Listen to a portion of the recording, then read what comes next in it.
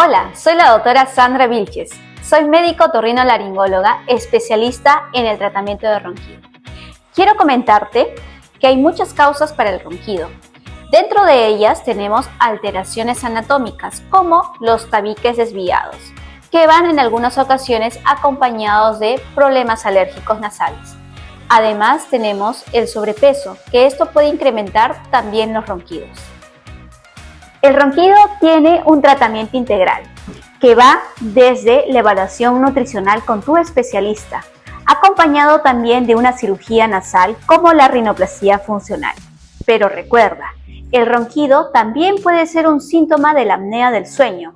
De esto te voy a comentar en nuestro próximo video. Si tienes muchos problemas en tu vida familiar o en lo personal con tu pareja por los ronquidos, nosotros podemos ayudarte. Solo agenda una consulta. Somos Otino.